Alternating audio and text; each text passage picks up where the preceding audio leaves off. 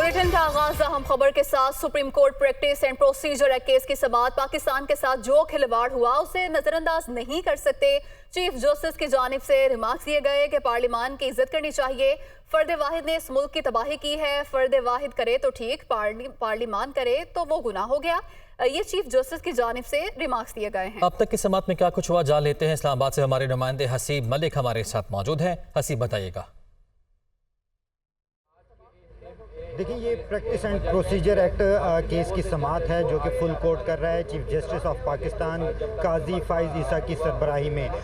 गुज़िश्ता समाअत के आगाज़ के हवाले से अगर बात की जाए तो नियाज़ुल्लाह नियाज़ी जो कि दरख्वास्त गुजार थे, उनके वकील इकराम चौधरी अदालत में पेश हुए थे और उनकी जानिब से दलाइल का आगाज़ किया गया था। समाअत के आगाज़ पर चीफ जस्टिस ऑफ पाकिस्तान का जस्टिस काजी फाइज ईसा की जानिब से रिमार्क्स दिए गए कि इस केस को आज जो है वह इख्तिताम करेंगे ताकि जो दीगर केसेस हैं वो इससे जो है मुतासिर ना हो, क्योंकि बहुत सारे ऐसे केसेस हैं जो ऑलरेडी पेंडिंग में हैं। तो आज इसको वाइंड अप करें और जो वकला हैं वो अपना जिस हद तक दलाइल दे सकते हैं वो दलाइल दें, उसके बाद रिटर्न की सूरत में भी जो है वो फराहम कर सकते हैं। इकराम चौधरी की जानिब से दलाइल का आगाज़ किया गया और उनकी जानिब से मुख्तलिफ हवाले, अदालती फैसलों के भी हवाले और आइन के आर्टिकल्स का भी जो है हवाला दिया गया और उसके बाद अदालत की जानिब से रिमार्क्स दिए गए थे कि आपके पास इकराम चौधरी साहब को आपको 30 मिनट का टाइम देते हैं और 30 मिनट के अंदर अपने जो दलाइल हैं उनको मुकम्मल करने की कोशिश करें ताकि जो दीगर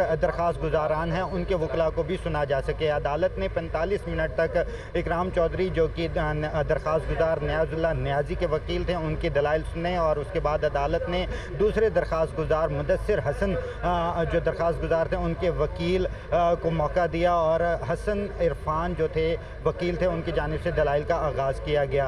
ओवरऑल आज के अगर कार्रवाई के हवाले से बात की जाए तो प्रैक्टिस एंड प्रोसीजर बिल के एक्ट के ऊपर जो है ये दलाइल का सिलसिला जारी है और अदालत की जानिब से रिमार्क्स दिए गए थे कि जो है इसको आज वाइंड अप करें ताकि एक केस की वजह से दीगर जो केसेस हैं उन वो मुतासिर ना हों।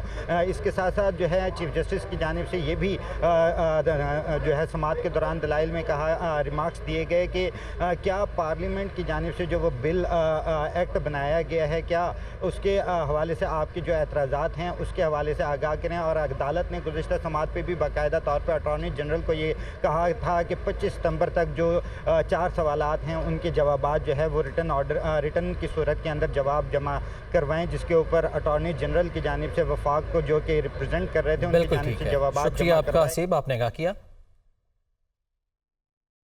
अभी आपको लिए चलते हैं supreme court practice and procedure act के खिलाफ दरखास्तों पर समाअत जारी है। इसको हम कैसे इसकी तशरीह करें, ये सवाल है सर। इसमें एक जवाब तो ये है कि जिस वक्त ये रूल्स बने थे अगर कोई लॉ मौजूद हम आइन की बात कर रहे हैं, रूल्स की बात नहीं कर रहे हैं। जी मैं आइन सर, जिस वक्त आपने सुप्रीम कोर्ट रूल्स बनाए थे उस वक्त अगर कोई लॉ मौजूद होता तो उसके आप फॉलो करते विच आपका कहना ये कि जब आइन बन रहा था उनको नहीं था sir. The question is this, आप ये बताएं कि subject to का क्या मतलब है? Is that an enabling power? Does it give competence or is that a limitation? Does that restrict the power? Because the one understanding is that subject to constitution and the law is where the competence is being driven from.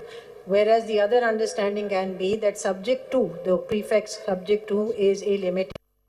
Now, the other question that goes with the understanding of law, if law is more than just an act of parliament, and law can mean rules, regulations, ordinances, policies, whatever is in the field of law, so all that will govern the ability of the Supreme Court to make its rules for practice and procedure, because law is much more than, it involves more than just an act of parliament. If we go by the words which are used in the Constitution, an act of parliament is different from the use of the word law. Which is why subject to becomes relevant. So what does subject to mean? It means... But if I may be allowed to complete my point of view is that under Article 191, only Supreme Court has been given the power, whereas in the Constitution, if your Lordship see Article 67, 72, where the particular... صاحب آپ جواب دیتے نہیں, آپ دوسری جگہ چلے جاتے ہیں. سر میں اپنی بات تو مکمل کر دوں تاکہ اگر آپ کو سبجیکٹ ٹو کا میننگ بتا دینا جی, ہاؤ شوڈ آپ وی سے ریڈ سوال ایک ہوا نا, سبجیکٹ کا مطلب کیا ہوا؟ سبجیکٹ کا مطلب یہ ہے کہ کانسٹیٹیوشن میں اگر کوئی ریسٹرکشن ہے تو رولز اس کو فالو کریں. یہی پوچھ رہے ہیں یا نہیں, جواب بھی دیتے کوئی بھی نہیں ہے. حسن صاحب یہ ریسٹرکشن کی کیا بات ہے؟ کوئی ریسٹرکشن نہیں ہوتی اس میں. Subject to law, subject to constitution and law, restriction کا کوئی ایشو ہی نہیں ہے نا. کانسٹیٹیوشن اور لا کے مطابق سپریم کورٹ رول بنا سکتا ہے. اب یہ لا آ گیا, اس میں بھی اگر ہم کچھ چاہیں تو ہم رول بنا سکتے ہیں, کیونکہ یہ لا کے اندر کوئی چیزیں آئی ہیں, مثال کے طور پہ اس کو ریگولیٹ کرنے کے لیے رول بنانے کی ضرورت ہے. سن لیجئے, کوئی بھی سیکشن ایسا ہے اس کے لیے بھی ہم رول بنانا چاہیں تو within the premises of that law Supreme Court میں revise the rules because subject to constitution and law.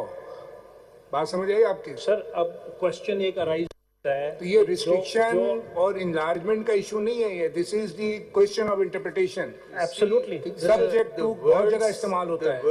There are so many words use in the law, subject to law, subject to constitution, notwithstanding anything contained in the constitution. non-abstention clause. تو یہ جو ہے subject to constitution because supreme court is the creature of constitution.